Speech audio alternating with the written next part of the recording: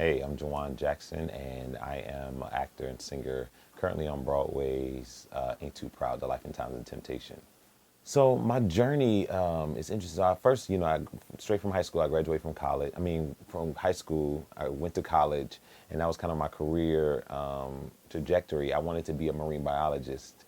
Um, and then I started working for Disney, and when I worked for Disney, volunteering and doing things with wildlife, and I got in the water with sharks, and I was like, I got in the water, and there was no cages, no anything, just sharks swimming around me, and I was like, yeah, I ain't supposed to be here. And so from there, I went back to school, and that semester I changed my major, and I was like, okay, now what is it that I actually want to do with my life, And so I had so many things that I had going on because music was always the through line in it. But I was like, okay, music, okay, I love acting, I love entertainment, and so I took an improv course in college, and my professor, who now has become one of my biggest supporters and mentors, like, she pushed me into like getting into theater. So I did my first theater show. It's Bud Not Buddy. It was a play by Christopher Paul Curtis, and did that, and I just got the bugs. And then I found the audition for Motown the musical, believe it or not, in a newspaper article clipping. It was like in like the wanted or classifieds ads, and I auditioned in the Motown Museum, and then they flew me out to New York, and I'm still not thinking that it's like a Broadway show. I'm just like, okay, whatever. Detroit touring show, fine. And flew out here, auditioned again, sang, flew home, and I was like defeated because I wasn't a dancer. I always tell people like I can club dance, like I can like get down, I can give you a mean like two step, but like as far as like choreography, negative.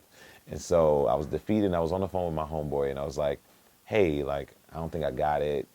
On to the next. He was like, no, you got it. Just believe. And I'm like, no, I don't think I did. And so as in the midst of me talking to him, I get a phone call, and I was like, hold on. So I click on the other line.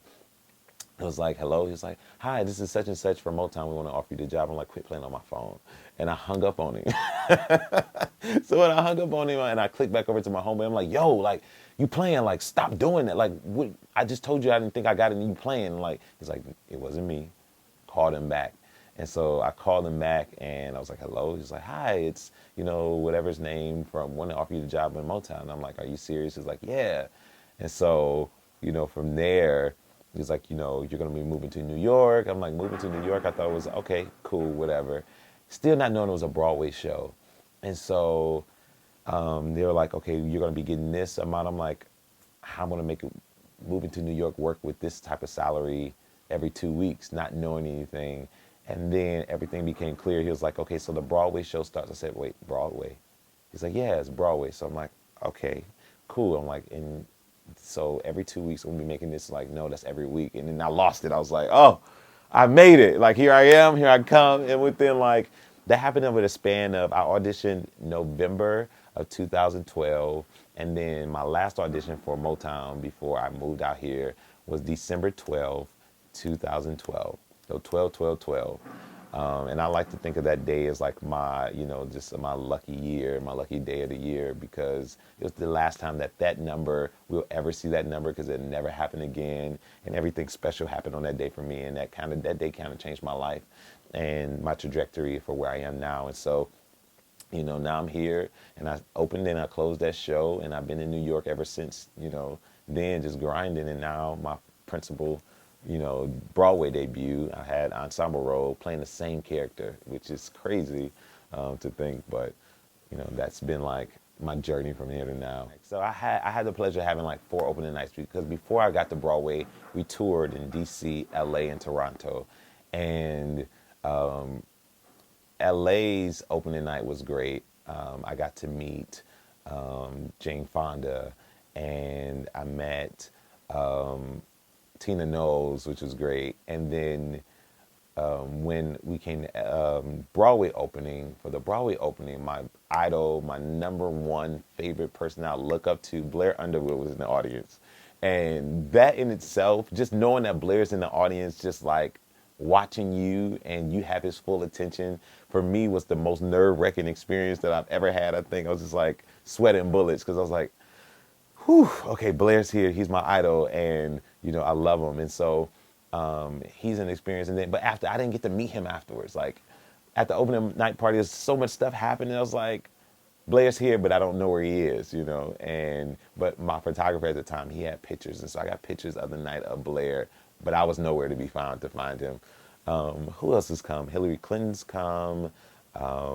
We had Whoopi Goldberg come, and I love Whoopi. Whoopi has become one of my biggest champions. She is just a light, to just the theater community, but just in general. My friend Derek Monroe had introduced us. He works for the View as a hairstylist, and she's just become one of the biggest assets in my life, and I appreciate her.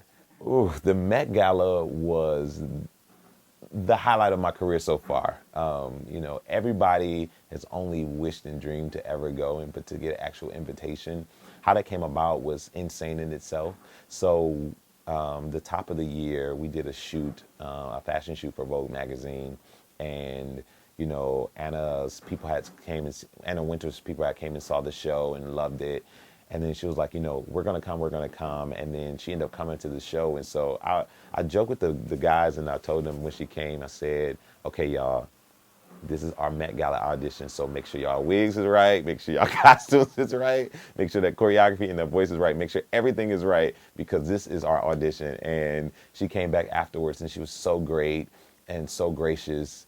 And then like a week or two later, I was in my dressing room. I love to sleep. Sleeping has been my pastime now because of this schedule. So I was in here sleep, and Jeremy Pope runs in my room, was like, look. And I said, well, what is it? He was like, Met Gala. I was like, you're lying. And so from there, like, just to get that invitation was just like an honor in itself. And then to actually go, and Tom Brown dressed us from head to toe, and I think we pulled it off. It was a moment. I was outside the box because I was wearing a skirt. Something I would never wear in a million years in my real life. But, I pulled it off, and all the looks and everything just came together, and everybody just that was around us, helping us, and all our teams just supported us. And we went and met, and we had the greatest time ever. The mysterious mystery around the Met is no one ever gets to know or see and go inside because there are no cameras allowed. But once you get in there, it's just everybody that you can think of in entertainment, arts, just political, just anything. And it's just an experience. Like, no one has their publicist or manager with them. And so they're by themselves. And it's just a big old conversation, just a big old social gathering. And we go and we talk and admire each other's work and admire each other's, like outfits the night. And some were bigger than others. I was joking all night. I was like, it's so much material in this museum, because I was stepping on girls' dresses and gowns, and guys' dresses and gowns, and I was like, excuse me, but it was just the best experience. A big old party. It's the biggest party. So the transitional period from Motown to getting to Ain't Too Proud, I think that's the time where it was just discovery. I had moved here, just booking the Broadway show, never doing professional theater, not knowing how to survive in New York, not knowing the first thing to do. And then I was on this Broadway show, and it was a hit, box office wise, and everybody was popular. And then the show ended, and it's like, okay, what do you do?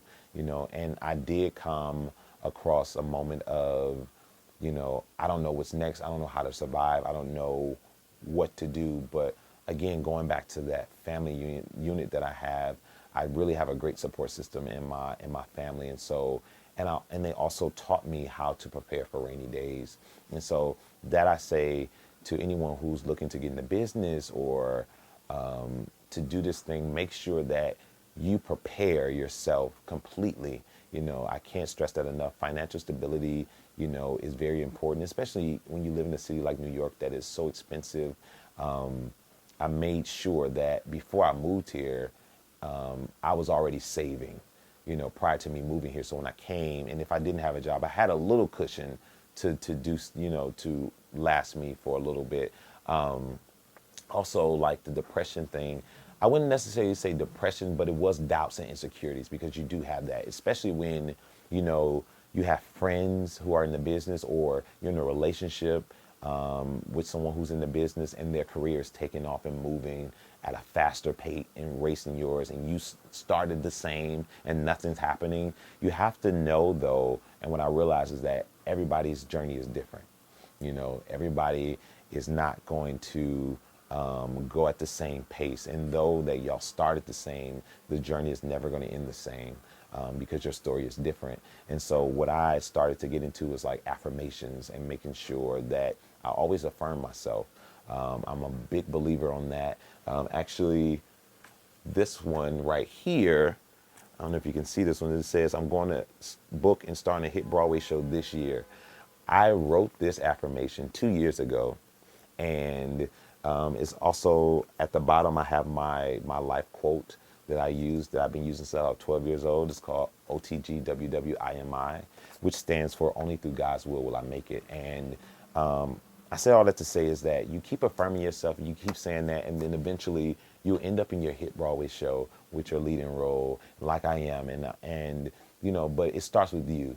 You know, if you don't believe in yourself, no one else will. You have to walk and see what you want for yourself. And so I started doing that, and my life started to change. I started to choose joy and changing my words when I you know, something wasn't going good. I always would say, people ask how I'm doing or what's going on. And so instead of saying, oh, I'm not getting this or it's not coming around, my friend taught me to say, I'm on the brink of a turnaround, or something positive to, you know, keep you going in the right direction. Because I only want to attract, you know, lightness and greatness. And so I had to start believing that and changing my mind. And so once you change your mind frame, everything else just falls in place.